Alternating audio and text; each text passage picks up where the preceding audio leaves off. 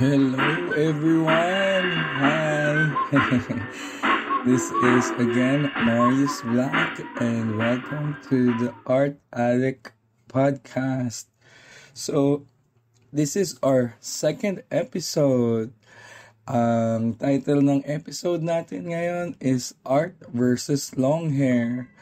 And I'll get to the explanation on what I mean about that. But first, I want to address my voice because if you can, if you can notice, medyo namamalat ako. So, it's because I was at a event. Me and my wife attended Comic at Ayala Malls, Manila Bay. So, nagbenta kami doon ng art and comics and books for 3 days. And sobrang namalat ako, napuyat ako. And then, namalat ako kakasalita. And I also did a secret project in between all of those. So, you guys will know about that very, very soon. But, long story short, medyo nagasgas ang aking vocal cords. And parang nagkasipon pa yata ako and some such. But, going back to our long hair topic, and of course, I hope you guys can still listen to me very well kahit paano kahit paus ako and stuff like that. But I'll try to do my best because I really believe na you should still make art as long as you still can. Of course, may mga hangganan tayo, pero if you can still do it, just do it, make it. Because I believe nga yung motto ko na make art, don't make excuses. So here we go, guys. Anyway, so about the long hair title, so art versus long hair. Of course, I don't want any artist na magalit sa akin na, putya, ano pa kayo sa long hair ko? That song, Pero sa totoo lang, I do have a real story about having long hair, and it can be a metaphor, but at the same time, I really, really mean it. I also mean the physical long hair. So what do I mean by that? Okay, first of all, there's nothing wrong with having long hair.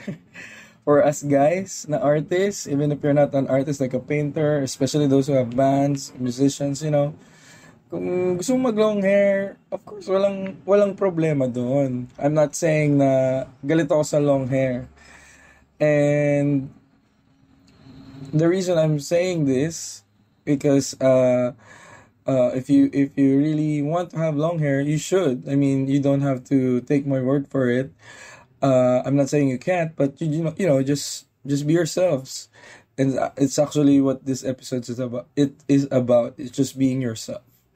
So, what I'm actually saying with this statement of art versus long hair is, baka akala mo you're getting your art powers from your long hair. Kind of like Samson and Delilah's long hair powers, Yung si Samson, malakas siya nung long hair siya. So, baka natatakot kayo pag ginupit niyo, mawawala yung powers niyo. I don't think it's like that. I'm not saying na hindi totoo yung story na yun. It might have been true. I think I believe that has been true or is true.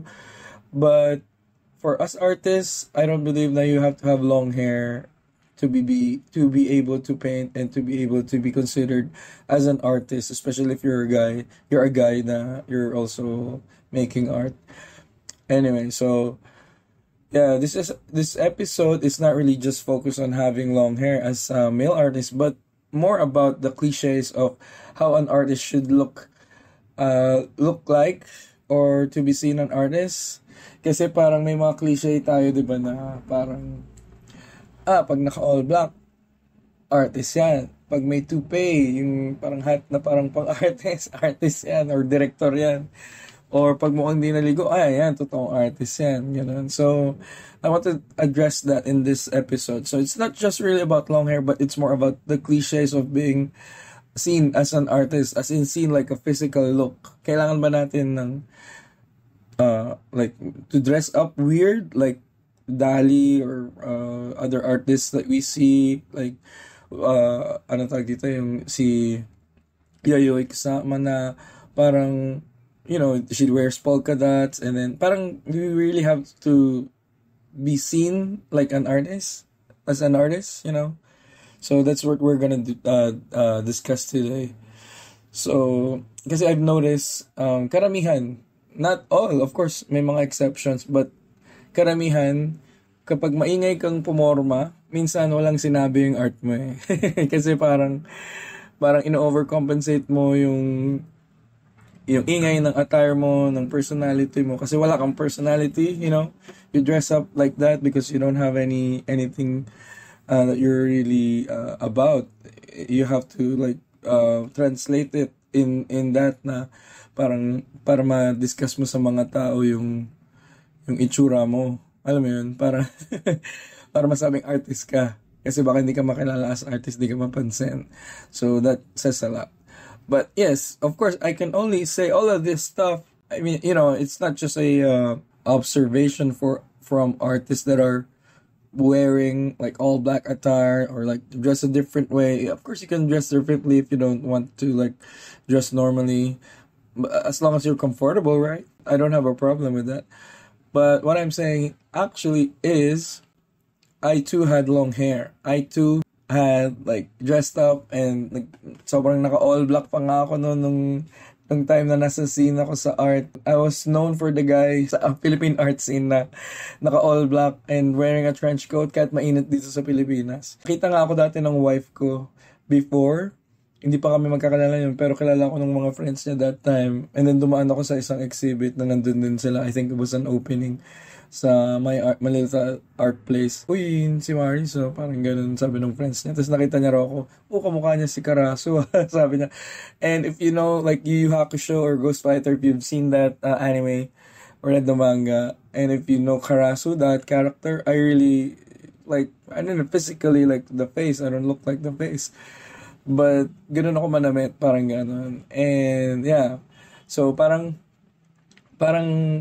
ganun ako laging manamit nung lumalabas ako, pumaporma ko as like that. And I'll explain later kung bakit ako ganun manamit.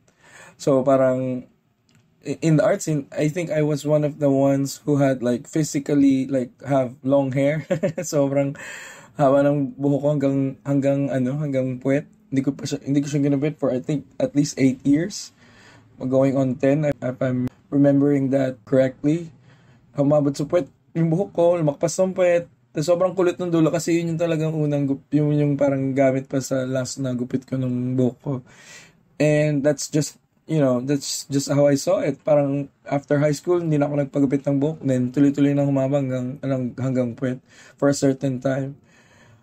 And having a long hair or claiming to have the longest hair in the art scene at that time is not only just like physical, literally, but it's also figuratively. I meant that figuratively because I thought that I looked like an artist. Mukha akong artist, mukha akong magaling na artist, mukha akong legend, mukha akong maangas, that I would look like I was somebody. And I don't know if I was somebody at that time. Maybe not, maybe yes, I don't really know. Maybe I was somebody to someone else or some people, pero I don't think I was somebody if you really ask me right now. Parang wala pa akong sinabi na, sa totoo lang. But I do look like somebody kasi naka-trench coat ako, naka-all black fingernails, isa naka-eyeliner pa. So the whole get-up. Kahit umaga. Basta lumabas ako ng bahay, ganun yung tsura ko. So anyway, that's the intro for this show. I mean, that's a long-winded intro, but that's the thing. That's what we are gonna focus on. And I want to start talking about art versus long hair as my story, or how did I came about having long hair, or why did I make that decision when I was in high school. So, of course, nung high school, hindi naman talaga pwede mag-long hair. Pero parang gusto ko na rin mag-long hair nun eh. But, just to give you an idea, this was, I think, I was in second year high school in, like, 2001. And so, if you've seen me, nung 2001, nung high school ako, medyo parang, hindi ako yung itsura na long hair noon. Of course, bawal na long hair noon. Pero I was already an artist. I was drawing comics for myself and my friends just to, entertain myself. And then just to like pass by the time kasi gusto ko talaga ng drawing. I was really actually super nerdy. Wala akong salamin nun, pero medyo parang I was a pushover. I read comics, hindi naman ako sobrang sikat nun. And nabubuli ako, alam mo yun. And then, but I was really, really into like reading manga and comics. I was into anime and movies, of course. I love music, video games, just like any other like teenage boy na talaga ano. Pero of course, if you're not a jock, you're not like muse ng classroom nyo, or hindi kayo built na lalaban kasi yung parents mo hindi naman ganun, hindi ka tinuruan, or either than that hindi ka masyadong bad boy, ganyan, mabubuli ka lang ng mga ganong klase sa loob ng classroom. And I don't know if may mga ganon pa ngayon, pero yeah, I was not in the in crowd. I was really just the typical geek. I was one of the geeks, na nabubuli, na hindi lumalaban. So medyo parang weirdo pa nga ako nun kasi medyo parang nakikinig yung buong klase ng mga rap music, and then Britney Spears at that time, Christina Aguilera. I don't listen to those. I'm not saying that they're bad, but I just don't listen to those. Pinapakinggan ko nun A Perfect Circle, Smashing Pumpkins, and Red Hot Chili Peppers. I was really into those kinds of music, alternative music, because I was influenced by my eldest sister. And I was also into classical music. So pag nagsasalita ako, anong music ang gusto mo? Parang walang may gusto nun that time kasi hindi yun yung uso. So I was really a weird kid. Well, that's what I thought. Kasi sa classroom, parang mga, hindi naman nila gets yung mga ganun. No one was really into art. Yung mga alam ko, dahil nanonood ako maraming movies, because my parents had like a video rental shop. So ang dami ko napapanood na films, and I was being educated like with classical music in those kinds of films. Yung mga scenarios and like ideas there, I was into it. Yung parang high concept stuff and also sci-fi stuff. So pag nagsasalita ako, parang hindi nila gets. So parang, yeah, I was considered a weird guy nung high school. And yeah, nabully nga ako, kaya parang pagtitripan nila ako. So parang napapagtripan ako ng mga malalaki kong kaklase. Tapos pati yung mga alagad nilang mga hindi naman sobrang laki, pinagtitripan nila ako kasi diba, may bossing silang malaking leader ng bully sa loob ng classroom, mga kupal diba? So hindi ako lumalaban, gano'n. So other than that, nung high school, I got my first crush. So nilagawan ko siya, and eventually, since I was the awkward weird kid, hindi niya ako sinagot. So parang sobrang, alam mo yun, first time mo ma-heartbroken, sobrang siseryosohin mo yun, diba? So parang I was really devastated at that time. And it's really was my official first time being dumped. So medyo nagalit ako sa mundo, nagalit ako sa sarili ko. Parang sinisisi ko yung sarili ko na ako yung awkward kid. Parang gano'n. Or let's just say na parang hindi niya ako nakikita as like sobrang maangas. Like some of her friends na medyo part of the bully gang. Parang gano'n. So having gone through that, or having going through that at the time, I was also watching like TV shows like American sitcoms. And sa totoo lang, nanonood ako ng sitcoms na like Seinfeld and Friends and other shows, pero hindi pinapanood ng mga kaklase ko at my age. I don't know if it's because like mas yung mga ate ko, so ako yung bunso sa kapatid ng 4, and then I had like 3 sisters, so parang sila yung nanonood ng mga stuff sa TV na mas parang it's too old for me, pero napapanood ko kasi nasa kanila yung remote. Parang 3 rango yung lalabanan mo kung ano yung mapapanood sa TV. So, yung maturity level nilang pinapanood nila, yun na lang din yung napapanood ko. So, I had no choice. I just watched whatever they watch. And I really got into it. Nagustuhan ko rin. Kasi hindi naman pangit yung pinapanood nila. Mas mature nga lang kumpara dun sa mas bata. Pero I really got it. Kasi hindi naman ako engot. Parang nagets ko naman yun. So anyway, in high school, napanood ko yung episode na Seinfeld. In fact, kahit hindi na sila nanonood, ako na lang yung nanonood minsan kasi hindi nila gusto yung ibang palabas na sitcom. So I was still watching what I really like. So one of those were the Seinfeld TV show, Jerry Seinfeld and his friends. And I was in the middle of that bad like experience ko na madump ako, na mabasted ako. And I'm still getting over it that time. And then I saw the episode ng Seinfeld na the opposite. So if you didn't know, sa Seinfeld meron siyang parang best friend dun si George Costanza. And there was an episode and George is a real loser. I mean, Jerry hindi siya loser, but George is like a real loser na medyo hindi siya engot. Actually matalino siya pero parang siyang con artist if you think about it, or he doesn't want to work. So he applies a huge amount of effort to pretend na he's sick, he's like this and like that, so that he wouldn't show up to work. Pero gusto pa rin niyang maging masweldohan, so he's gonna like make excuses and stuff like that. But he's so smart that yung paraan niya kung paano hindi siya makapasok, kung i-effort na lang niya as mag-work talaga, it would be the same result. Pero hindi pa siya nagsinungaling. So parang gano'n. So he's like a sleazeball. But he's one of my favorite characters of all times, like fictional characters. Kasi nakakatawa siya na character talaga. And it was written by Larry David, which I won't get into, but mas gusto ko na si Larry David ngayon kumpara kay Jerry Seinfeld, if I'm gonna be honest. So, the Curb Your Enthusiasm just ended, the 12th season, and it's really, really still funny after 12 or 24 years of being on the air. Anyway, let's just go back with George. So, there was an episode there na ang title is The Opposite. So, like I said, George Costanza was this like loser guy. Hindi siya magkaroon ng girlfriend na maayos kasi parang wala siyang trabaho, nakakalbo siya, napapanot siya.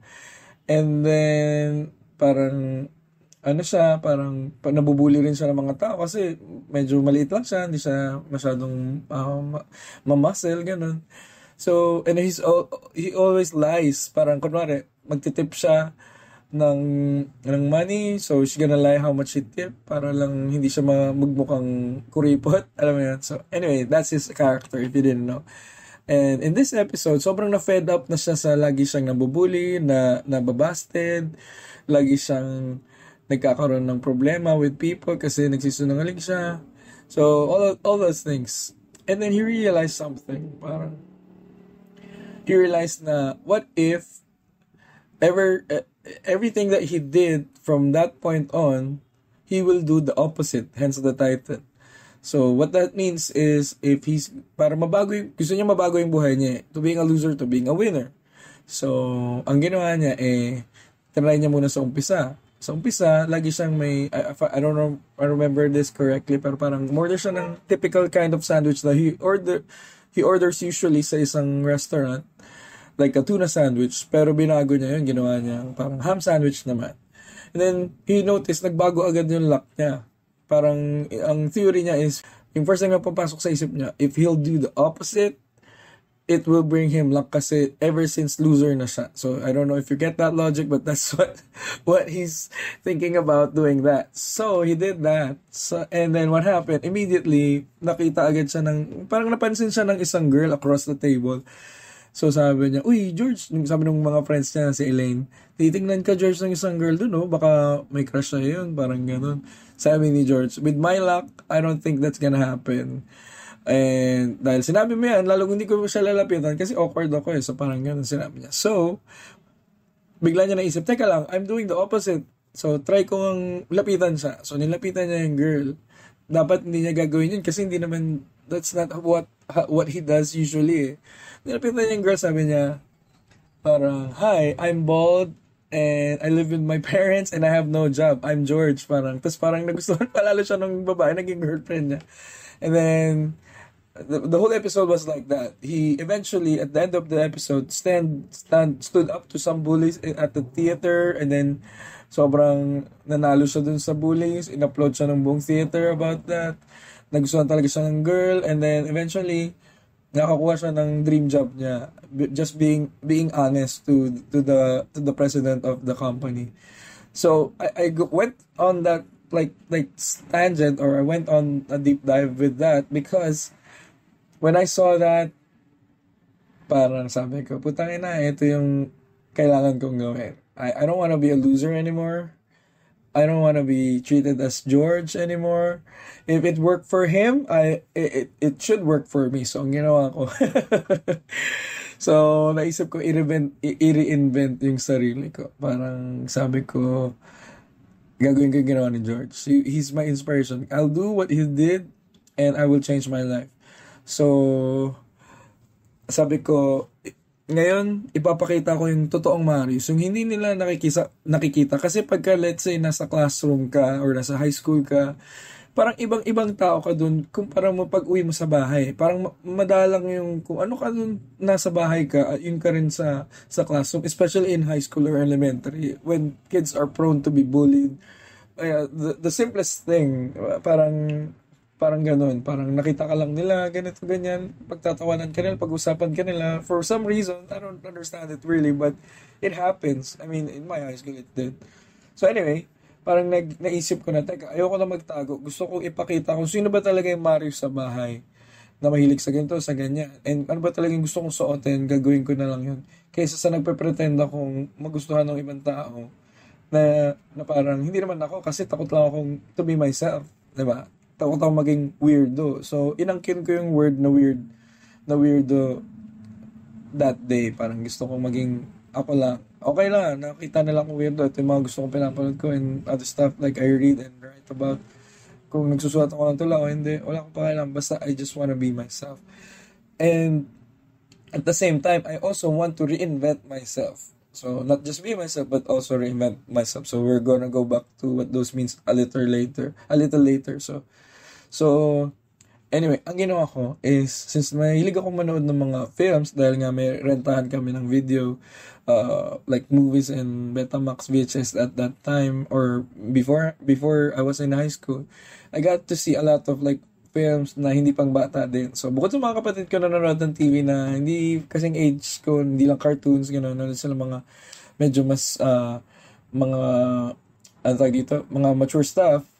Well, among those were Buffy and Angel, yung mga nasa TV Charm, daming mga, ano na, nung 90s going on the 2000s na mga, na mga palabas, mga parang dark and like, hindi naman satanic, pero most of them like have devil themes and vampire themes.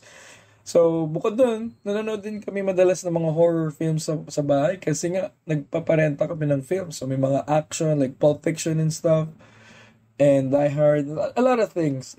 You can swear sa amin kasi even like exposed to swearing sa TV, sa mga videotapes. So long story short, parang nagustuhan ko yung mga long hair ng mga vampires that I was watching sa TV pag nanonood kami ng ganun. So parang angas nila, I thought. So parang ang ginawa ko, pinahaba ko yung buhok ko nung high school kahit bawal. So parang pinapahaba ko pa unti-unti. Of course, nahuli ako ng principal. Pinapagpagupitan niya ako. Otherwise, parang makikase letter ako, mapapauwi ako, ganyan. And beyond that, of course yun, nakokontrol na. Pero yung time na yun, ang ginawa ko, in-expose ko talaga yung sarili ko na sa alternative music, sa rock music. And of course, ganun mo rin nakikita yung mga tao dun. Mga naka-dress weirdly, medyo punk, pero mas nagustuhan ko yung goth aesthetic. So, mga all black, yun nga, nakikinig ako ang Perfect Circle. So, nakita ko yung mga tao dun. Kung hindi kalbo, long hair. Long hair or may gel yung buhok na ganun. So, I opted for the long hair type. Sila Maynard, ganyan. So, parang I wasn't punk like fashion, pero may mga hikaw. Nagpabutas ako ng tenga. And then, yun nga, sa alternative music, yun yung pinapakinggan ko. So, I really got into that. Sobrang nagustuhan ko yun. Kasi nga, parang may mga poetry din dun and stuff. So, ginaya ko yung pagdadamit ng mga vampires sa films and then mga alternative rock. And then, so parang ginawa ko yung tipong lahat may kulay ko na damit, tinago ko bigla. Yung time na napanood ko yung the opposite, same day ginawa ko to. Kinuha ko lahat ng damit kong may kulay when I decided na ayoko nang maging loser. Tinago ko lahat yun. Tinara ko lahat ng black. Kumunti damit ko pero sabi ko, black na lang susunodin ko from now on. I want to be myself. Yung Marius na nai-imagine ko sa isip ko. So, yeah, that's how I reinvented myself. So, I just wore black, got earrings, and, other stuff. So, after that, ginawa ko is, parang I was even more edgy. So parang pati yung mga dati nagko-comics ako nung mga marbles, what I call it, sobrang makulay nila, cartoony, and then it evolved into like parang mga usual slice of life stuff ng mga tao, high school life, mga hindi lang mga bilog, mga tao na like anime figures sa high school. Pero that shift made me like create something different. Then I invented or made the comic book Satan High. So medyo sobrang edgy kasi it's called Satan High. Parang it's a story of like a high school na inverted yung cross nila kumpara mo sa Catholic school. So that's the gist of it. Yung parang kung may 10 commandments ang school sa isang Catholic school, baliktad ng commandments dito pwedeng pumatay, pwedeng magpatayan kayo. Ganun, parang it's like hindi ko pa napanood yung Battle Royale na to, pero I've heard it, so parang doon ko rin nakuha yung inspiration nito. Pero it's as I remember, like Battle Royale is a movie na well, I really love Battle Royale now that I've seen it after college or after high school. Pero parang yung Battle Royale kasi it's like sobrang delinquent na ng mga high school students. So kinukuha nila lagi yung isang classroom, tapos nilalagay nila sa island para magpatayan sila doon. So may matitira lang isa just to teach the high school generation of that world of a lesson. I don't know what lesson, pero yeah. So parang hindi yung mga high school students, they don't choose to be on that island. They are forced to kill themselves or otherwise may bomb na mag-erupt sa collars nila. They were all wearing collars. Pag hindi sila nagpatayan, sasabog na lang. Ayun. Parang gano'n. So what I did, yung Satan High is, yung mga estudyante, they are all willing to go inside Satan High. Hindi sila napilitan, it's their own choice. So yun yung difference ng Battle Royale sa Satan High. And sa Satan High naman, they were all wearing uniforms. And what are the uniforms? Sobrang naka-black sila, gothic stuff, ganyan. Pwedeng magmura, pwedeng gumawa ng art. And this was just me reflecting kung ano ba yung nadaanan ko nung high school. So, Satan High was just me trying to reflect what I had in high school. Big sabihin parang, kasi ibang teachers, pag nagkamali ka, para kang papahiya ka nila, so para kang pinatay nila sa harap ng buong school, diba? Parang that's how it felt. So, parang yun yung lagay ko. Yung mga teacher, pinapatay yung estudyante pag di nila nagustuhan, parang gano'n. Or parang pag nainis sila, ganyan sa mga classroom na tuturuan nila. And also, there were of course still bullies sa Satan High.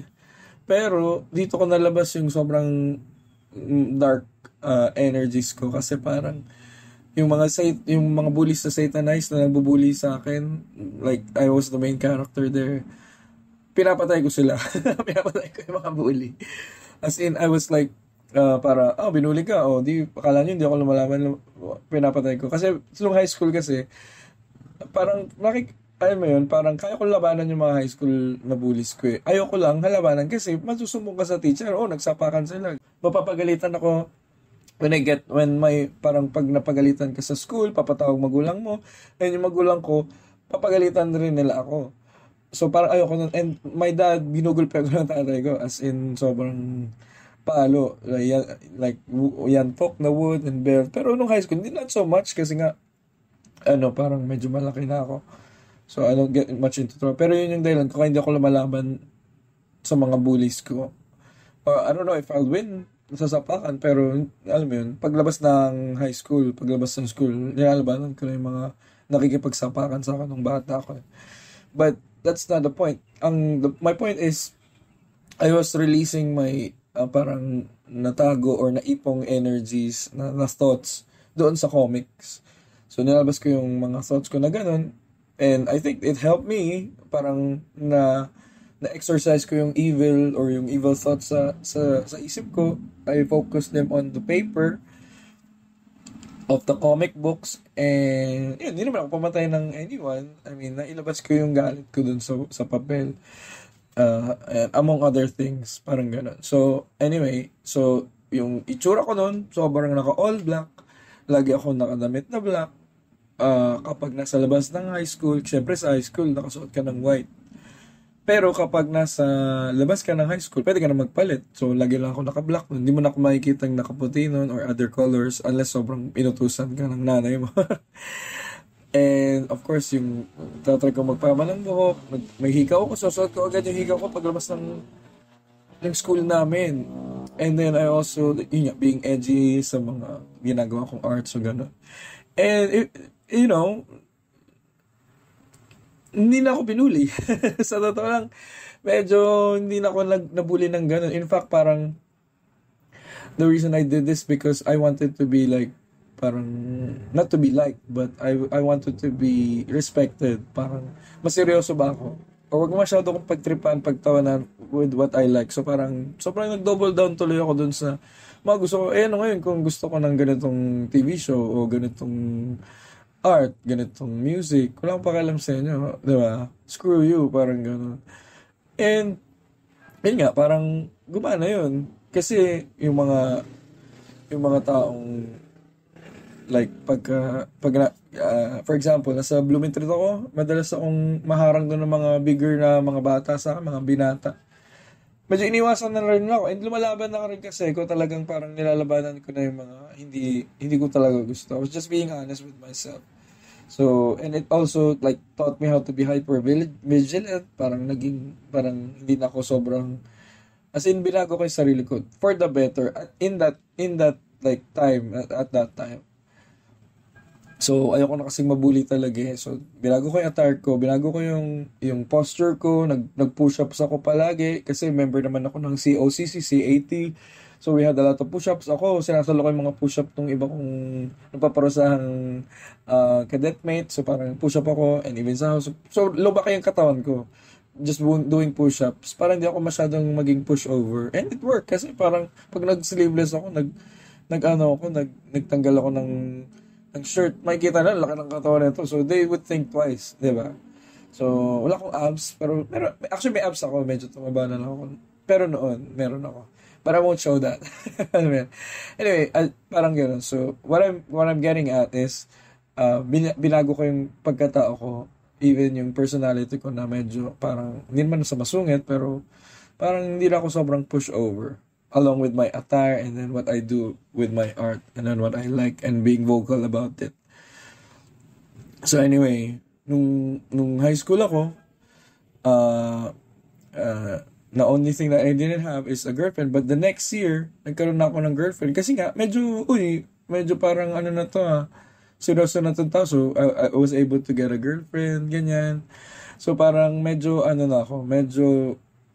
I was someone. In my eyes, I was someone na kasi nga, parang kakaiba ako eh.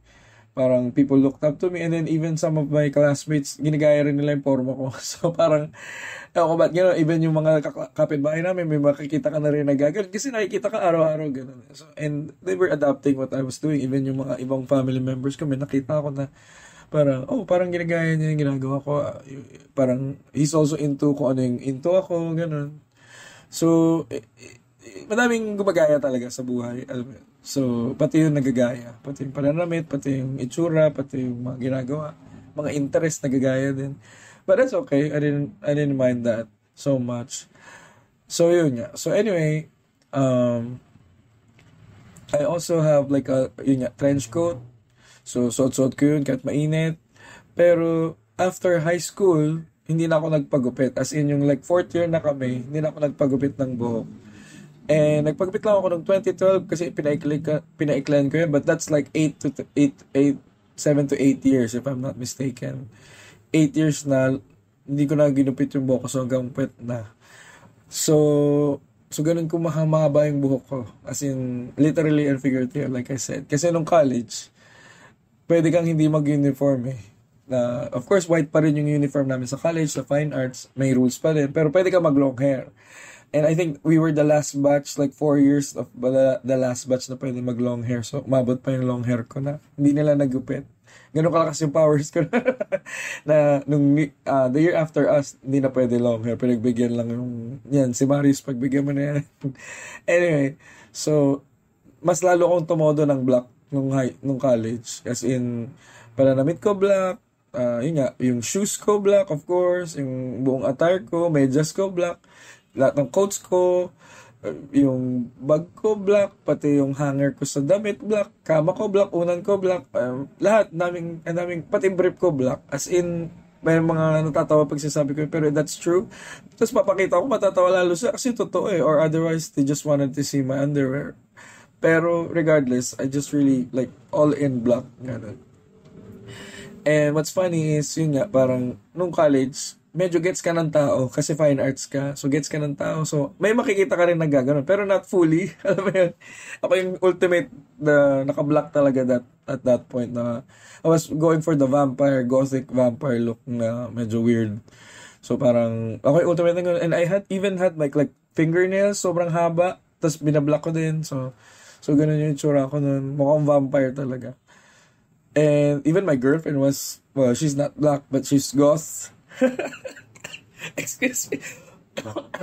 She wasn't black, but, pero, yun nga, mga naging girlfriend ko, goth, or nasa punk scene, may banda, ganun. So parang, pati yung mga nalalapit sa aking mga tao, medyo nasa ganung trip din. Of course, na-attract mo yung mga kung ano ka, diba? Mga ganun tao. So ganun ako. And then even yung artworks ko, sobrang dark na, doon nag-focus ako, hindi lang yung personality ko yung dark, yung moody, ganyan, pati yung art ko naging dark. So I focused on parang painting the pain of like people, like emotional pain, physical pain. So ginagawa ko yung paintings ko mga binalatan tao kasi I really love the anatomy, like the anatomy references we got nung college when we were studying anatomy class. Nagustuhan ko yung mga anatomy. And even like before high school, nung bata ako, may encyclopedia ko, may mga libro doon na parang may mga binalatan tao. Well, hindi sila binalatan, parang X-ray kasi parang acetate yun. You can see the parts of the people. Naalala ko, bata ko, binabalikan ko lagi yun. And it's fun to see my kid, our son, like going through meron kasi kami ditong malaking bookshelf sa bahay namin dito sa apartment. And then, lagi niyang tinitignan yung mga art books na nandun. We don't, like, di namin kinokomment siya. He's just, like, getting art books and stuff. Pinapanood niya, tinitignan niya palagi. And we're happy to see that. Kasi ganoon din ako ng bata. Yung artworks ko, that time, may black akong enamel. Pinipaintan ko yung mga canvas na black na enamel. As in, sobrang black nun, yung enamel na black. Pinapatuyo ko yun, and then I just add, like, paint over it na mga binalatan tao. And I just like use 3 colors, like 3 shades of colors, like yellow, red, saka white. So mga highlights, gano'n. So hindi lang ako naka-black, pati yung mga themes na gusto ko, dark, black. Gusto ko parang negative, ganyan. As in yung buong persona ko, I really reinvented myself, even went beyond it. Na sobrang nakita nila ako. It's just me, siya lang gagawa niya. Parang, and I really, really, like, got to be known like that. Yung dark na si Marius Black na ganito ang art niya, ganyan. So, dami kong mga correlation dun sa mga artworks na ginawa ko. And my own personality, and then on my personal life, and also my attire. So, ganun. And then, let's just go fast forward after college na. So, nag-start ako ng college, 2004, and let's just go fast forward to 2013. Yung 2013, let's just say na nung college up to 2013, I was the same guy. Naka all black, long hair, nagpagupit lang ako once after a breakup. Pero long hair pa rin ako even after. Tapos naka all black, long hair, always painting dark stuff. Kung hindi man dark stuff, medyo surreal, medyo may pagka weird pa rin, ganun. Or about sex, ganyan. So parang medyo laging negative yung pinipaint ko. Laging parang may something na hindi naman demonyo, pero more on yung hindi siya pangit, minsan maganda naman siya, pero parang medyo hindi siya wholesome, hindi siya sobrang for everyone, you know that. Maganda pero medyo sobrang mature, parang R18, let's just say that, yung mga art ko na. So parang ilang years yun, like 2004, so parang that's like how many years? 1, 2, 3, 4, 5, 6, 7, 8, 9. I mean, more than 10 years yung personality ko na Marius na ganun. And to be honest, parang na-realize ko kasi, so, I think, pang sixth girlfriend ko na yun, high school hanggang college, after college pa na, sorry. Parang, yung sixth girlfriend ko, parang nakapansin na ako ng something. Kasi yung mga nagiging girlfriend ko, to be honest, na-realize ko, parang habol lang nila yung long hair ko. Alam mo yun, ewan ko kung magigets nyo to guys, pero sobrang personal to i-share ko. I'm not sure if everyone will get it or people will get it. But anyway, just gonna say it. Parang habol lang ng mga naging girlfriend ko is yung long hair ko or the idea of Marius Black. Like parang yung personality ko or no, sorry, I'm misrepresenting myself. But yeah, that's actually a good word for it is yung nirecreate ko na idea of who Marius Black is, yung sinesell ko na sino ba tong Marius Black na to. Siya yung ghost na vampire look-alike na long hair, naka all black trench coat kahit mainit, mahabang kuko, naka black na fingernails, nag-yosi, pati yosi ko nun black bat at black devil, puro black talaga lahat, na nagpipainting ng mga dark stuff, ganun. So, yun yung Marius Black na nasa isip ng tao na who I was at that time. And I was, parang kinukontinue ko to be that guy, to play the part. Because, ganun ako nag-survive for 10 years. Parang I was able to fend off bullies, parang, and of course labas ng bahay may totoong mga bullies na, like magnanakaw, nasaksak na ako nung nakapag-away ko, I was still alive, napagkamalan kasi kung babae, that's another story. But yung mga ibang tao na talagang pinagtitrapan ako, nilalabanan ko, and natatakot din sila. In fact, ang daming natatakot sa akin. Just by looking at me, umaalis na sila sa pwesto ko. As in, may aura ako ng ganun. Kasi nga, kakaiba ka, ganun. So, I really enjoyed that, actually. Kasi ngayon, pag naglalakad ako sa SM, dad bod, with chan, tapos nakasalamin, naka parang pambahay lang, nakatsinelas, ganun. Hindi ako naka-black. Parang, mababangga pa ako, parang, pero hindi nila alam kung sino yung binabangga nila kasi kung yung dating ako nakipagsapakan na yun, parang hindi naman ako ganun talaga, pero parang that was my part, yun yung idea ko ng sarili ko na to be maangas, to be a gago, to be someone like a badass, na mabangga mo lang ako makikipag-away na. Of course lalaban din ako when it comes to it, pero never really like not thinking twice of what the consequences are, just like fight, something like that. Pero So na-realize ko after my 6th breakup na parang yung mga girls na nayatra ko, parang hindi nila ako, I mean, they were just attracted to the character of Marius, but they really didn't know me. And maybe I didn't really know them as at the same time. So maybe that's on me, I don't really know.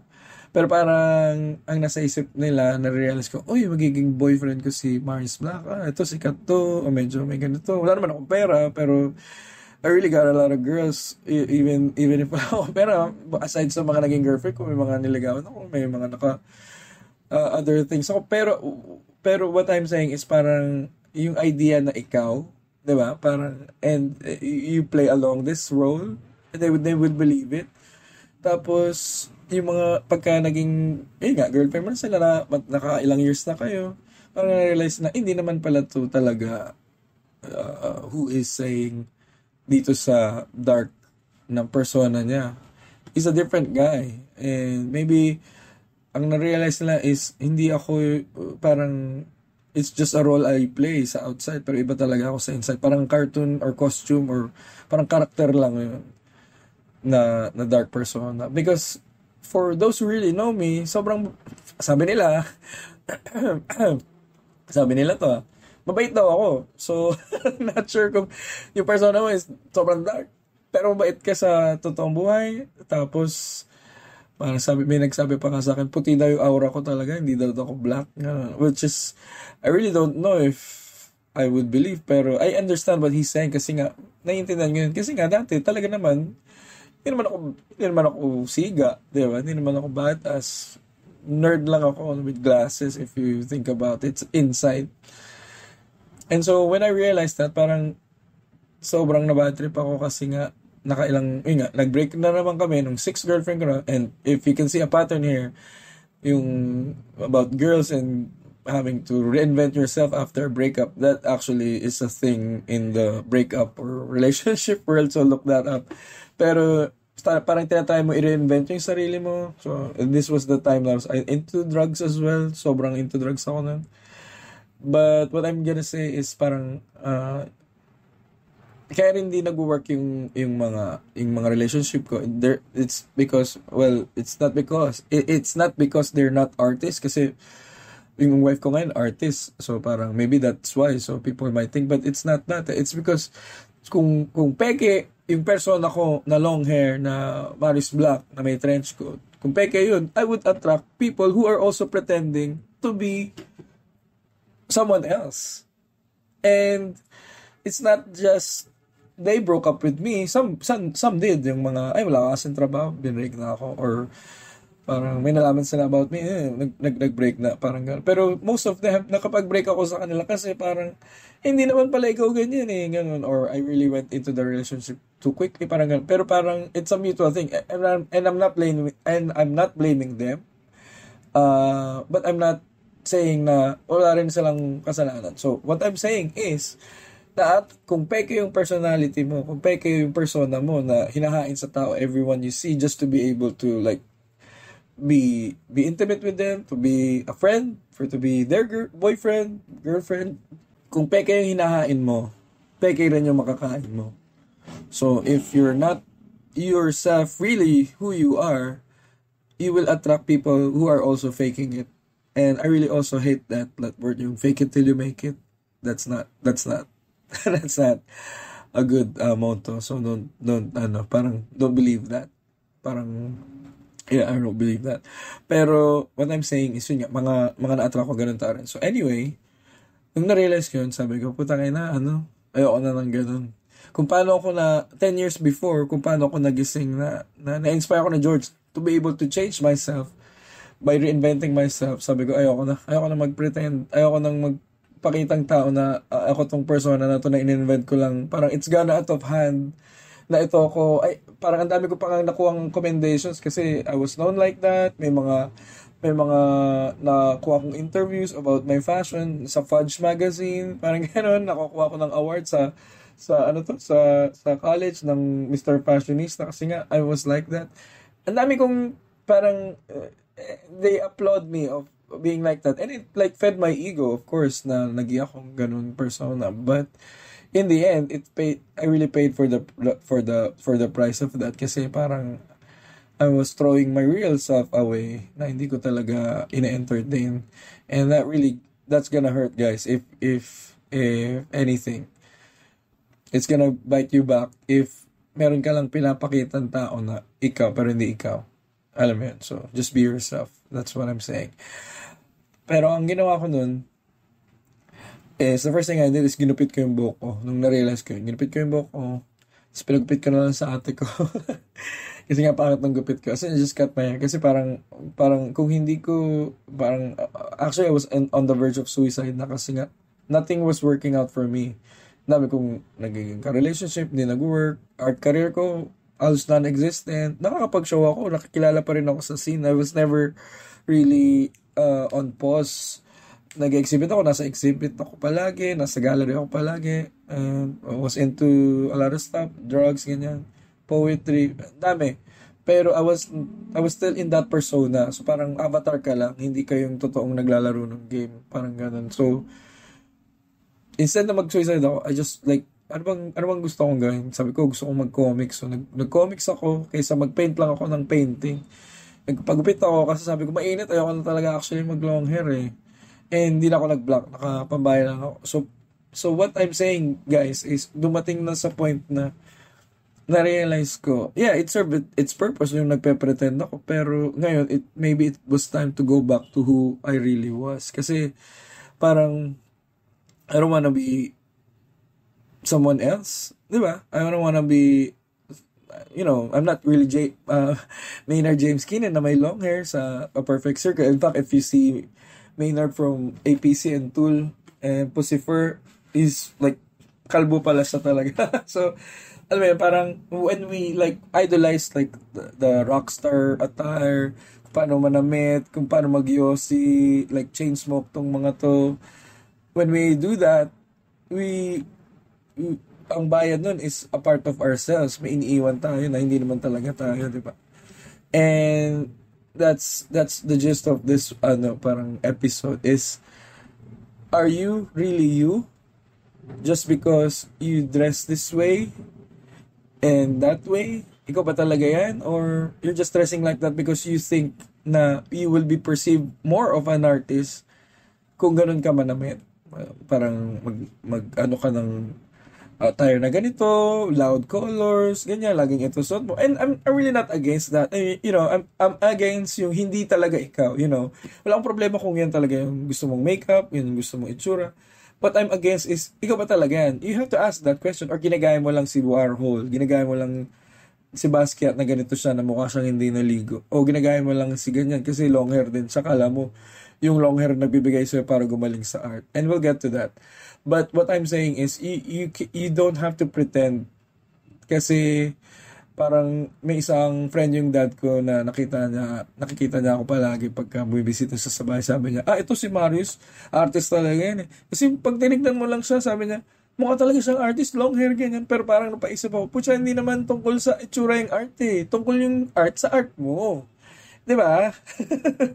Kasi parang ito mukhang artist, so magaling to. Parang gano'n. Putya, if you look at it, if you think about it, and based din sa nakikita ko, karamihan ng malakas pumorma, maingay pumorma, or puro forma lang, is literally just that. Puro forma ka lang. Pag tinignan yung artwork mo, is lackluster, hindi naman maganda. And I'm not saying na lahat ng pumaporma na artist or may personality sila or quirk sa attire nila is a bad artist. No, may mga talagang magaling din. Pero nauuna yung galing nila, tsaka sila nagre-reinvent. Kasi may pera na sila pambili ng ganitong sneakers, paayos yung mukha nila, yung buhok nila, whatever. Pero karamihan yung they want to look like an artist pero walang kwenta yung art nila. 'Di ba? Or meron yung talagang parang I think opposite.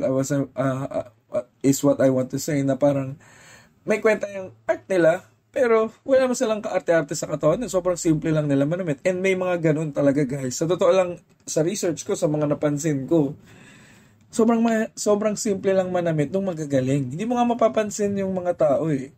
Kumbaga parang sa Hunter x Hunter, yung aura nila, or sa Dragon Ball, yung aura nila hindi maingay, tahimik lang. Diba? Hindi sila katulad nila Ginyu Forces na ang ingay-ingay, yung mga ibang ants na ang yabang-yabang, mga Chimera ants. Tapos pag lumaban, hindi nila makalaban ng maayos yung mga malalakas. Parang ang yayabang na, hindi nila mas malakas sa kanila yun. Alam mo yun? Pero hindi naman sila nagpapakitang gilas, mas malakas. Parang simple lang sila, gano'n. Kasi hindi ka papatulan yan kung hindi ka nila kailangan patulan. Diba? So, it's the same with the art. Yung parang marami ako nakilala na nakita na sobrang simple lang manamit pero ang galing ng art. Kasi they're not taking more time to look like an artist. They're just taking more time to make art. So, yun yung na-realize ko. Na ako, ganun din. Parang sabi ko, nga, ang ganda nga nung resume ko, picture ko sa Facebook na mukha akong artist dahil ganito ko manamit, mag-attire. Pero art ko naman, walang kwenta. Diba? Well, I'm not saying na walang kwenta yung mga art ko, pero parang may kulang. Hindi 100%. Ibig sabihin, yung arte na ginagawa ko sa sarili ko, naagaw pa yung effort and time ko na ayusin ko yung sarili ko at pagandahin yung itsura ko at pamukhain akong maangas na artist na dapat nilalagay ko na lang sa effort sa pagpipinta. Diba? So, what I'm saying is, yung arte mo sa sarili mo, ilagay mo na lang sa art mo. Kaysa ilagay mo yung arte mo sa pananamit mo para magmukha kang artist, gumawa ka na lang art. Yun yung totoong pagiging artist. Focus mo lahat ng energy mo na gumawa ka ng art. para magiging talaga artist. Magpinta ka para magiging kang artist. Huwag yung magmukha kang artist, tapos hindi ka naman nagpipinta. Nakalagay lang na artist ka sa Facebook profile mo. Pero hindi ka naman artist, di ba? So, mas gumawa ka ng art kaysa magmukha kang artist. Mas yun ang artist para sa akin. And nung na-realize ko yun, ako din, halos, hindi naman ko, I didn't let go of my looks. Parang, yung sakto lang, yung may nagpagupit ako. Actually, mas gusto ko na yung clean cut ngayon eh, para hindi ako masyadong naiinitan eh. And, tinry ko na lang din mag-wear ng ibang kulay ng damit. Kasi sa totoo lang, bagay naman sa akin yung blue. Bagay naman sa akin yung pink. Sa totoo lang, yung white. Parang hindi yung suot ko na kulay yung magdedetermine kung maganda yung painting ko. Diba? Parang hindi yun eh. Kasi so pagdating lahat sa bahay, lahat naman tayo nakaubad. Pag namatay naman tayo, lahat tayo magiging abo. So it doesn't mean, kung anong ginawa mo sa katawan mo, kung anong ginawa mo sa buhay mo, yun yung bibilangin ng Diyos pag namatay ka. Diba? Hindi yung personal ano mo, kung ano yung ginawa mo sa katawan mo, putol man kamay mo, putol pa mo. Diba? Kung ano yung ginawa mo, yun yung bibilangin niya with what you have. So, parang ganun, kung nakita yung buhay. So, parang nagising ako dun, na parang focus na rin ako sa totoo lang, sa truth. Kasi nga, we're gonna go to, like a religious tangent, parang, aside from the itsura ko, na long hair, na naka-black ako lagi, nag-focus nga ako sa art ko. So, pinocus ko na lang lahat ng energies ko sa art ko. And then, at the same time, na-discover ko na, kaya, miserable yung buhay ko, 10 years, na naka-long hair artist ako, may dark era, let's say, may dark era, yung 10 years, dark decade, okay, may Mars Black's dark decade, just to say it shortly every time. Yung dark decade ko na yun, it was based on false, or lies, let's say. Yung personality ko, lies. Yung pinapaniwalaan ko, lies. Parang, meron akong Satanine na comics na parang, nakafocus siya sa being against God, di ba? Parang ganun. Being against the Ten Commandments. Pag mayroon ako narinig na parang something na wise na wisdom, minsan hindi ko pinapakinggan, hindi ko pinapaniwalaan kasi against ako sa parang tradition, ganun. Pero hindi ko pa naman nasubukan yung talagang totoo. So, nung araw na ginupit ko yung buhok ko, sabi ko, mag-focus na lang ako kung ano yung totoo. I will focus on finding out, if not speaking the truth. Hindi na ako magsisunungaling after that. Kasi parang, nagsisunungaling ako sa sarili ko sa ibang tao na ito yung magaling na artist eh. Pero hindi naman talaga ako yun. So parang, hindi ko papalubuhin yung pangalan ko, yung attitude ko, yung ginagawa ko. Hanggat hindi ko pa talaga nare-reach yung level na ako, na sinasabi ko. Naintindihan yun? So, nag-focus ako sa art, nag-focus ako sa magagandang bagay, nag-focus ako on telling the truth. And what does that mean? Yung talagang alamin mo kung ano ba yung tama at mali. O, maling magnakaw, maling kumopya ka ng artist. Di mo na lang gawin yun. Mag-focus ka sa tama. Yung art ko, mag-focus ka sa honesty. Yung art ko, hindi talaga siya pamaganda eh. So, gagalingan ko pa. Diba? Parang, eto may kulang eh. O, balik ko yung canvas ko. May nagsabi sa akin, si XP na friend ko. Sabi niya, Marius, balik ko yung canvas mo eh. Sabi niya, dapat di mo nag-exhibit yan. Nagalit pa ako dahil sinabihan niya ako ng totoo. Sabi ko, ba't di mo tinitignan yung painting? So parang nagalit pa ako sa kanya. Pero eventually, after nung dark decade, natauhan ako, sabi ko, tama yung sinabi niya. So ever since, laging maganda na yung mga canvas ko. Nag-thank you rin ako sa kanya. After ilang years, doon niya sinabi sa akin yun. Tapos nagulat din siya sa akin, sabi niya, tayo na silong hindi kasi Marius Kasi nga naramdaman, kung paano naramdaman yung mga tao na nagpalit ako from a geek dude nung high school to start of my dark decade, napansin din ng mga tao yung shift sa pagkatao ko, ang personality ko. And guys, ladies and gentlemen, artists and art lovers, art addicts, you have to tell the truth. You have to believe that what you're saying is the truth, and at the same time, hanapin nyo yung truth if hindi nyo alam. What does that mean? Parang, hanapin nyo alamin nyo kung ano ba talaga ang ibig sabihin ng ganitong word, o ito pa talagang fact, lalo na may internet. So parang huwag kayong nagsaspout ng nonsense. I-research nyo, huwag lang kayo kakampi bigla sa isang party, sa isang grupo, nang di nyo nire-research mag-isa yun. Or huwag kayong makisausaw basta-basta sa mga mga nagchichismisa, nag-uusap ng gossip, just because kilala nyo yung taong nagsasabi nun. Hindi nyo inaalam for yourself kasi bias pala kayo. So, the truth is a very powerful, if not a very sharp sword. That's how I describe it. And what I'm gonna say now is sobrang lakas ng truth. So, what does that mean? Yung truth for me is God.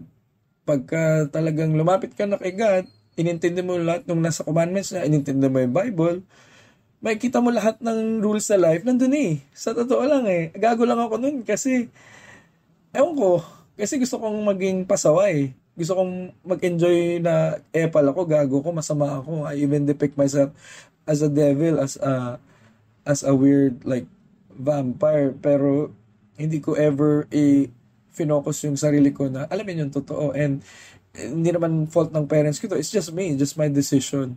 And they were actually kind enough and loving enough to accept me for who I was that time. Pero nung ako nalaman ko kung ano yung ginagawa kong mali, nung nasa dark decade ako, kasi nga hindi ko sinusunod yung mga wisdom na passed on sa generations, hindi lang sa Bible, sa ibang mga tao din of history.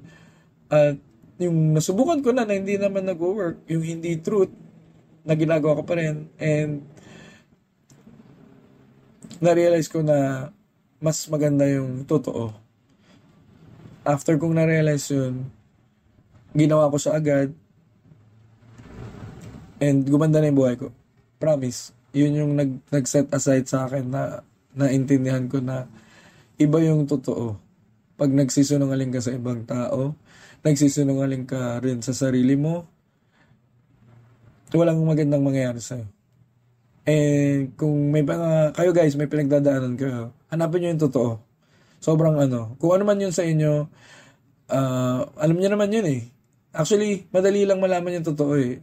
Kung tanongin mo sarili mo, totoo bang ganito ako? Totoo ba itong ginagawa ko? Ganun. Para saan ko ba ginagawa? Hanapin mo yung totoo.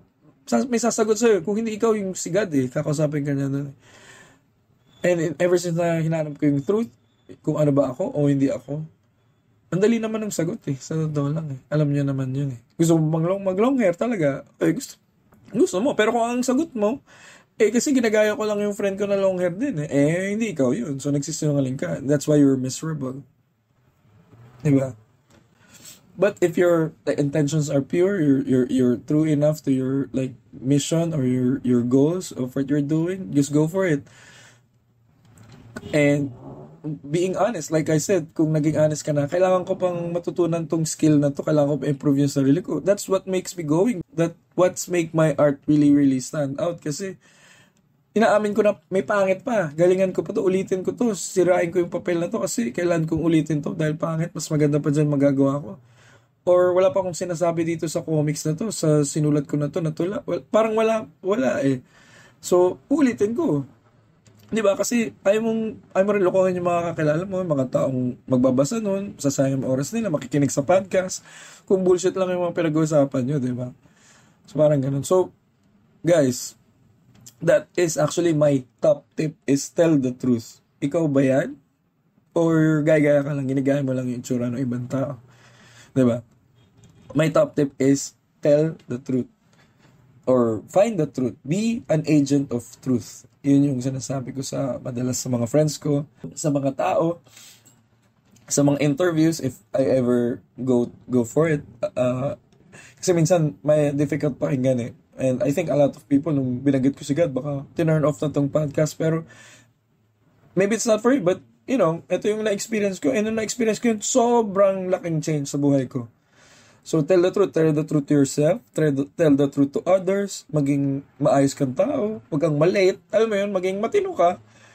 And kung artist ka talaga, i-focus mo yung time mo, kaysa sa sarili mo, sa ibang arte mo, yung i-focus mo yung arte mo sa art mo.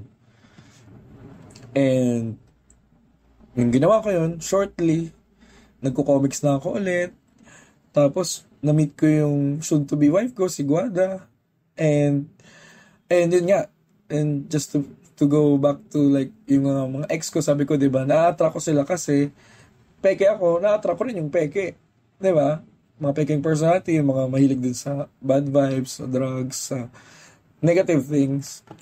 Pero nung naging matino na ako, na-attract ko din matino.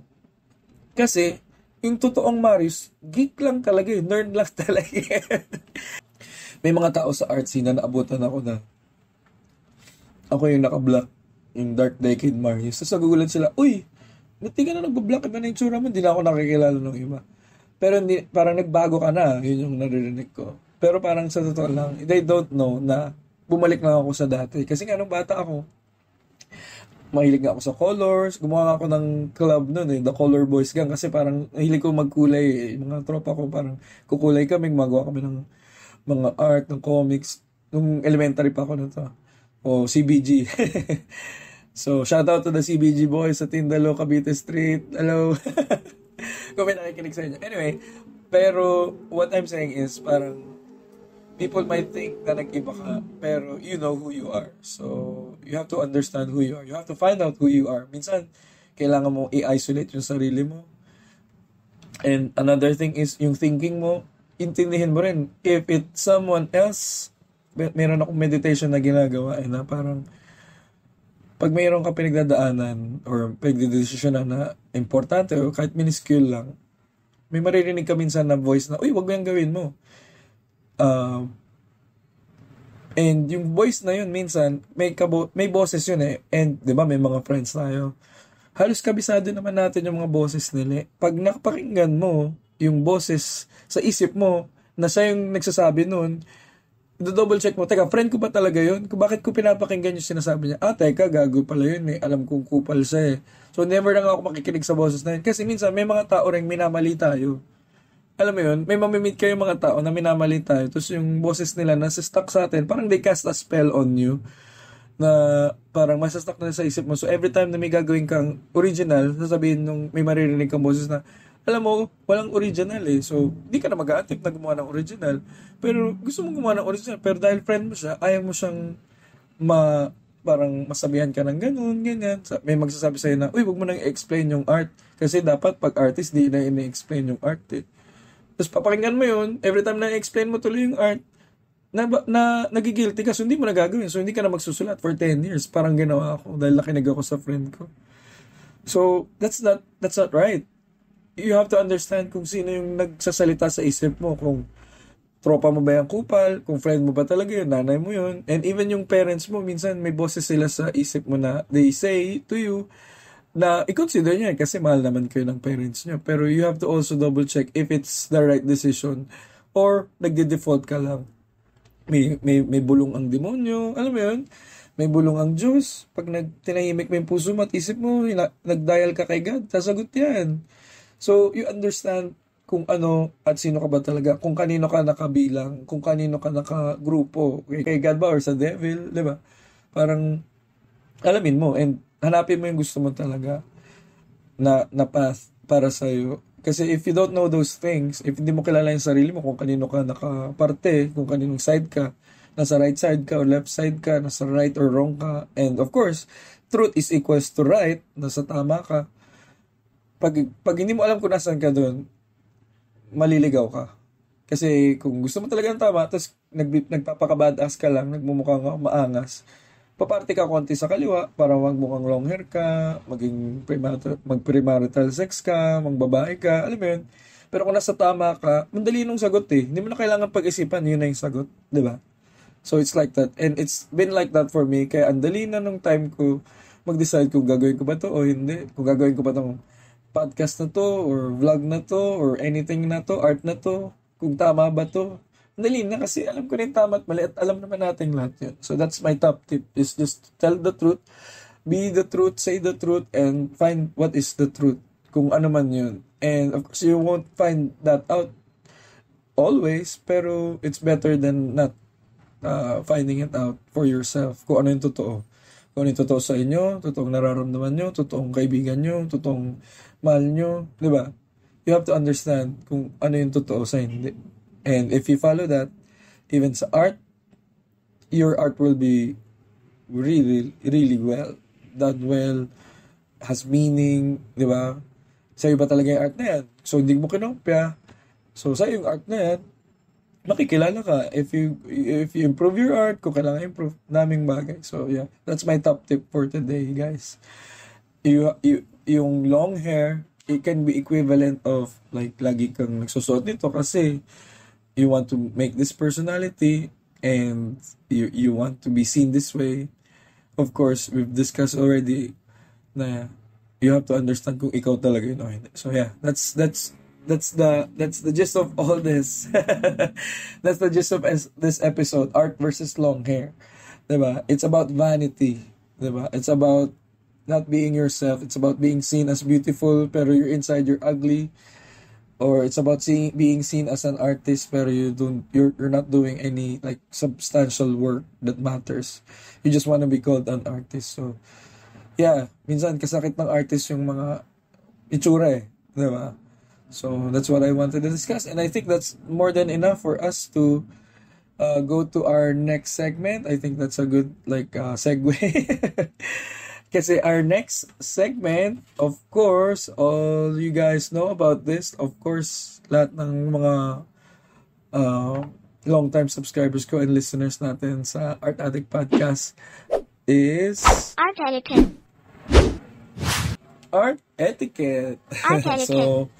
So yeah, we do have an art etiquette segment etiquette. today. And kunorek din ako ng wife ko. Sabi niya, uy, sabi ko kasi sa first episode, sabi mo may dalawa kayong segment, pero tatlo yung ginawa mo. Ang ibig sabihin ng segment is like a parang a branch. So technically, tatlo yung segment natin. The main title theme that I just discussed, and then art etiquette, and then later art juice. So tatlong segments every episode. Which is kind of nice, to be honest. Maganda yung round number 3. So let's just get to it. So, what is our art etiquette for this week? Kasi ang art etiquette, just for those who don't know, is something na unwritten rule or something na parang na-experience ko sa art scene with people and friends na hindi ko nakikita ang pinag-uusapan madalas. Na should be at least be an etiquette by now. So, yeah. Anyway, our art etiquette for this episode is don't hold back the growth of other artists.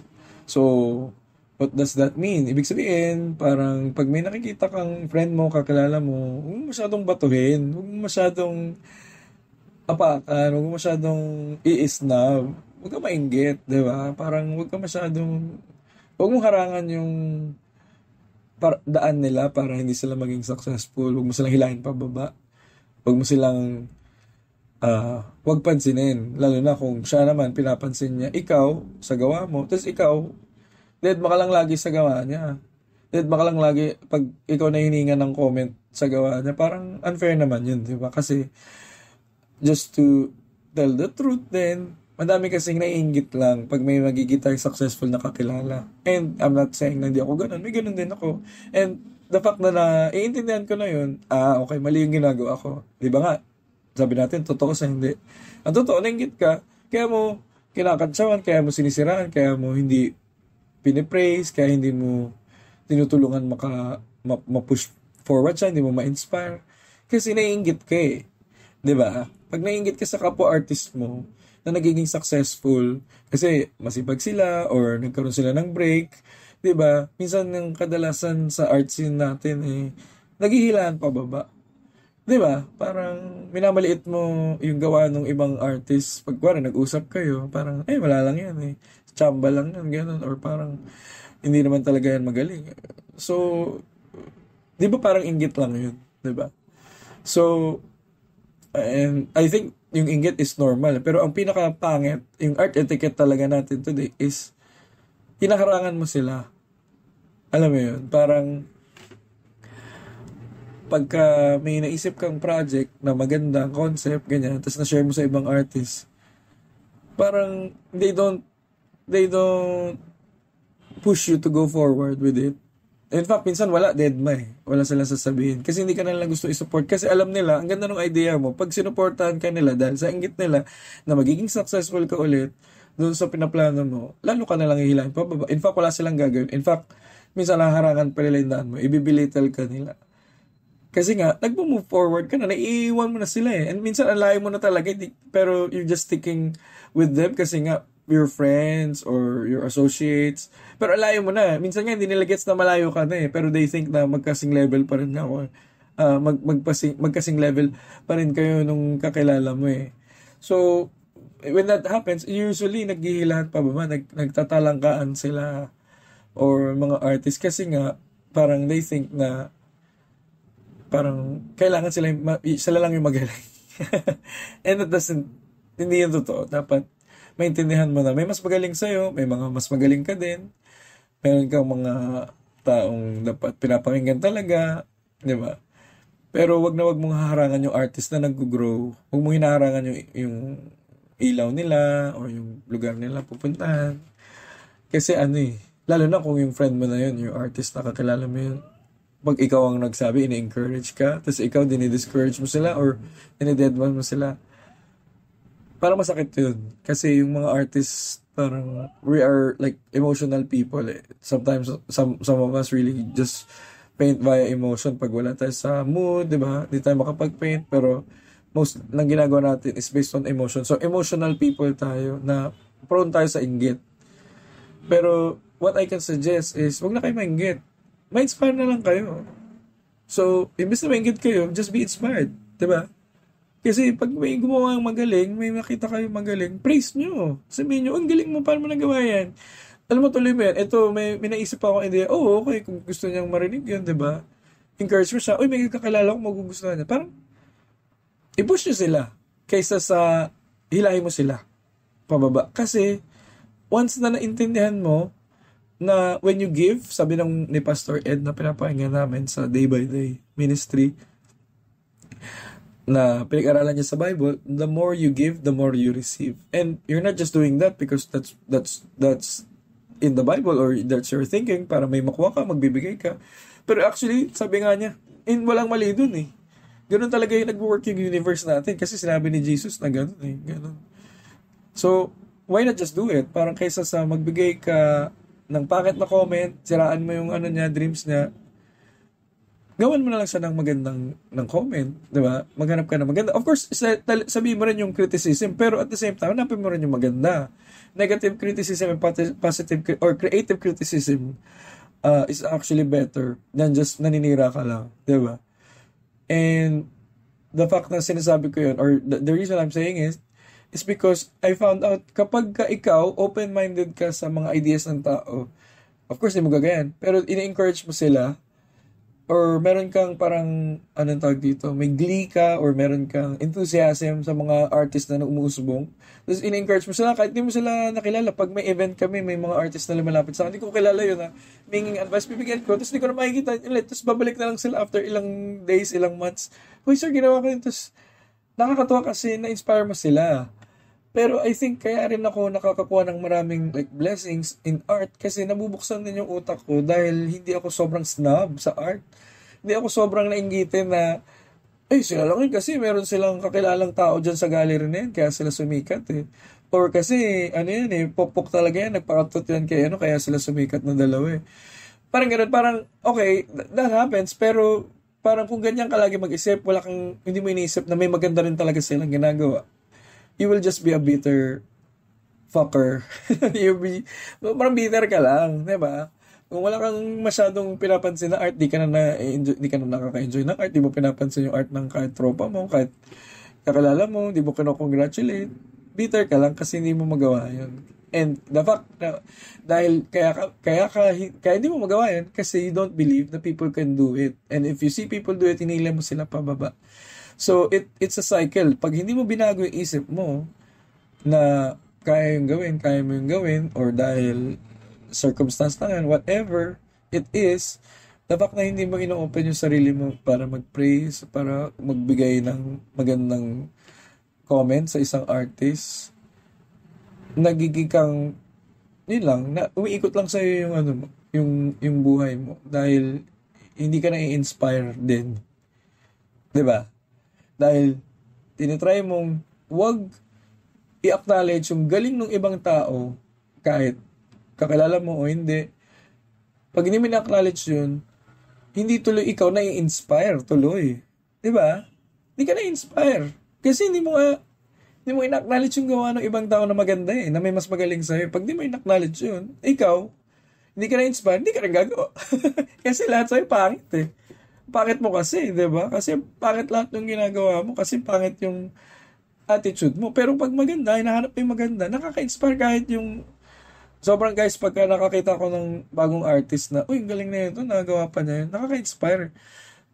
And it doesn't have to be sobrang gandang art.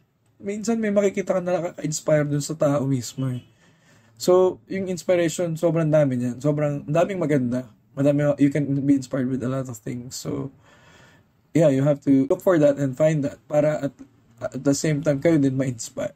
It's a cycle, guys. If you don't give, you won't receive. Yun sa Bible na yan, So, if you don't, if nasa stuck ka sa art mo, magbigay ka kasi ng praise. Or, you have to at least understand na you have to be inspired. Or you have to, magandaan ka dun sa art ng iba para And sometimes, nagagawa natin to. Of course, yung mga sila Damien Hirst, hindi mo naman mabibigyan ng praise yan Of course, huwag mo na lang din silang siraan sa mga friends mo. Pero yun nga, yung mga friends mo, na artist din, na hindi mo pinapansin yung ginagawa nila, diba? Hindi ka na-inspire doon, hindi mo pinipraise kasi hindi mo in-acknowledge. So, ikaw, hindi ka na-inspire sa kanila. So, vicinity na yun. Tuloy, yung mga artist na iniiwan ka na. Kasi wala silang makuha sa'yo, tapos ikaw, pag nagsalita ka, alam mo yun, so, ini-inspire ka nila, pero ikaw hindi so parang iiwan ka ng mga art na friends mo na yun. So parang gano'n. Nangyari yun, and I've done it many times, and nagagawa ko din yun, of course, pero mostly, nagagawa sa akin yun, kaya parang napapaisip ka dun sa friendship nyo ng mga friends mo pag hindi sila nagre-reciprocate ng sarili mo ding inahanap na pansin. Kasi, artist lamang kayo pareho di ba? You have just to understand yung creative criticism, negative criticism, or naninira lang talaga. And those who really want you to grow na artists. Anyway, yun ang art etiquette natin for this week. So, don't hold artists back. Don't hold the growth of other artists back kasi parang it's not a good thing. Nakikita ko yun sa community natin, sa ibang tao, sa ibang artists. Gusto nilang malasin ka, imbis na i-praise nila yung swerte mo. And yun nga, ulitin ko ulit, pag pinraise nyo yun, mas lalo kayo ma-inspire. Mas lalo kayong kagaling. That's the secret, guys. Alright, so we are at our third segment. And of course, our third segment is Art Juice. Sabi mo na, Art Juice.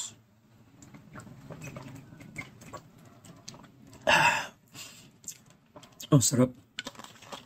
Oh, na-inspire naman ako. Anyway, so if you didn't know, I wrote, kasi ang daming nagsabi sa akin na if you haven't heard episode 1, na-explain ko nun kung anong art juice. Ang art juice is basically a list that I made para ma-inspire mga tao in ways na sinasabi nila, uy, wala akong inspiration, na-art block ako, nababurnout ako, wala akong pera, yung mga excuses na gano'n. So, I made a list na pag na-art block ka, o wala ka maisip na idea, nababurnout ka mo, marami akong solusyon dyan kasi I don't believe in art block anymore. Hindi ako na-burnout. Pag na-burnout ka kasi, pwede ka naman gumawa ng ibang bagay. Hindi ka na mababurnout. Na creative pa rin, di ba? So, that's also a cure. Pero, itong art juice, specifically, gumawa ako ng list. Naka-70 ako. Actually, 69. Pero, na-art block na ako sa 70th. Pero anyway, last week, I discussed yung first, which is go outside and do errands. So, gumawa ka lang ng errands. Mapapaisip ka ng ibang idea. Magkakaroon ka ng clarity kasi nagpahinga ka doing art. So, gumawa ka ng mamalengke ka, maglakbay ka, pumunta ka sa banyo, maglinis ka ng banyo, maglaba ka, bumili ka ng grocery, bumili kang kape. And dahil na-pause yung mind mo, kakaisip dun sa art na iniisip mo, magkakaroon ka ng idea. In fact, may makikita kang mga tao na, yun na lang gagawin ko. Na, let's say, mga nag-uusap. Tapos, yung gagawin ko na lang sa story ko, nag-uusap lang sila sa bar, sa comics, parang ganun. So, parang, you will get ideas. Maghanap ka lang. Huwag kang magreklamo agad na wala. Okay? So, that was the first. The second one na nilista ko dito is, ayun. Ang ganda ng segue natin. Number 2 is observe people and things. So, Yeah, pag na-art block ka, nawawalan ka ng idea. Alam mo, ito ba, na-try nyo na bang, I think nakalagay dito sa isang list, pero magsulat ng, kung ano, writer kayo, no? Magsulat kayo, wala dun sa typical spot nyo ng computer na nagsusulat kayo. Lumabas kayo, pumunta kayo sa park, pumunta kayo sa McDo, magsulat kayo. Dami ko nang nasulat na tula sa McDo pag kumakain ako ng lunch. Magpunta kayo sa Starbucks, mag-drawing ka doon, magsulat ka, mamasyal ka. And observe people and things. So what I mean by that is, panoorin mo yung ibang tao. Ano ba ginagawa? Ano suot nila? Di ba? Huwag naman yung parang stalker. Huwag naman sinasundan. Maupo ka lang. Tapos tingnan mo yung mga, panood ka. Tingnan mo yung mga tao na nasa pila. Pumila ka sa grocery. Tingnan mo yung mga tao. Kung ano yung mga personality nila. May makukuha kang idea dun. In fact, minsan, ako yung sasabi sa misis ko na, uy, sige ako na mag-grocery. Okay, di masaya siya. May free time siya. Tapos, dahil may gusto kong matapos ng mga tula. So, para pumipila ako, sa mahabang pila, kasi minsan Sunday dito sa grocery namin, haba ng pila. So, makakaisip tuloy ako ng idea dahil na-stuck ako sa pila. Dahil ayoko mag-cellphone na mag-doom scroll lang sa Facebook, sa Instagram, sa YouTube, nang nasa pila. Kasi, I mean, I could do that at home. Pero ayoko ma-addict sa ganun. Ma-addict ako sa art, which is, madala ko yung notebook ng mga tula, magsusulat ako doon habang nasa pila. And ang dami ko natatapos, guys, na mga tula dahil nasa pila ako. To be honest, currently nasa 200, how many poems na ako? Yeah, nasa 246, yeah, 48. Na natula na natapos ko na. This year alone. 47, 48, yeah, 248. So that's more than like one a day. Kasi nga, pag nasa pila ka, natapos mo na yung isang tula, may naiisip ka ba, di sulat ka ulit kasi may nakita kang nakaganitong t-shirt na nakalagay ganitong message which you don't agree with, di sulat mo yun na you don't agree, huwag mo nasabihin sa kanya, di ba? Or parang nasa commute ka, sulat mo, di ba? Mag-observe ka ng mga taong naglalakad, ano ba yung ginagawa nila. And ako nga, nagpipaint ako ng ukiyo-e art, ng Philippine ukiyo-e art. Pinipinta ko lang yung mga taong nakikita ko, in-observe ko, yung ganda nitong taong to. I mean, maganda yung poster niya, kahit tulog siya, picturean ko siya, tapos pipaint ko na siya. May bumibili nun, di ba? Nasa loob siya ng jeep, nasa loob siya ng tricycle, pipinta ko na natutulog siya. And then I paint that and then that gets sold for an art. It's considered an artwork. So, anong sasabihin mo sa akin? Wala kang maisip na idea na art block ka. 'Di ba? So, that's bullshit. 'Di ba? Make art, don't make excuses, guys. Gumawa kayo ng paraan para magkaroon kayo ng idea kasi creative kayo. Meron kayong powers to be able to find a solution to whatever art problem you have because you are an artist. An artist creates something out of nothing. If you are thinking about nothing, you're still able to create something out of it, right? Kasi artist ka nga eh. Marami kang pumulot ka ng toothpick, magbato mo yung toothpick sa sahig, bato mo yung pintura doon, gumawa ka ng blankong papel, isalpak mo doon yung pintura at papel, paglabas mo may abstract pen. Parang ang daming paraan. Parang mas marami kang may isip kaysa makakaisip ka ng dami mong palusot, like I said last week. So, yeah, mas marami ako may isip na ideas kaysa sa makaisip ako ng walang ideas. So, totoo lang. So, yeah, that's it. I mean, just observe people. Kahit nga kakilala mo, you observe their attitude, their demeanor, what they're saying, even things, kung ano, yung mga bagay, uy, maganda pala tong bulaklak na to. Ano kaya itong bulaklak na to? I-picture mo, i-research mo, ipinta mo. Bulaklak lang yun, guys, ha. Nakagawa ko ng series na nagpipinta lang ako ng mga, anong tawag dito, yung mga bulaklak natin sa Maynila.